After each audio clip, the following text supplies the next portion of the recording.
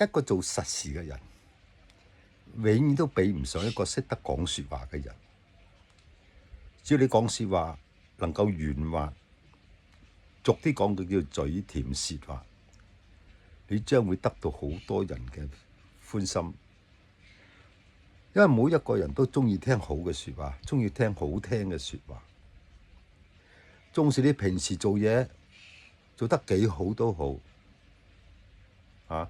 但係假若有一日你所講嘅説話唔啱聽嘅時候，你將會惹嚟好多喝倒彩嘅聲，亦可能得罪好多人。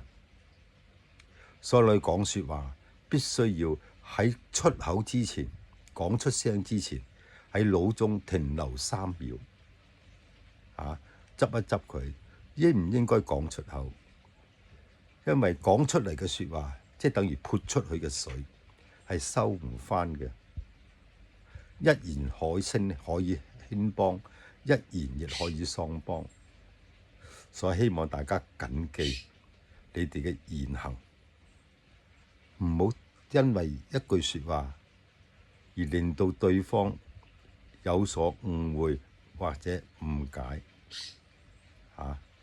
所以希望大家能夠謹記。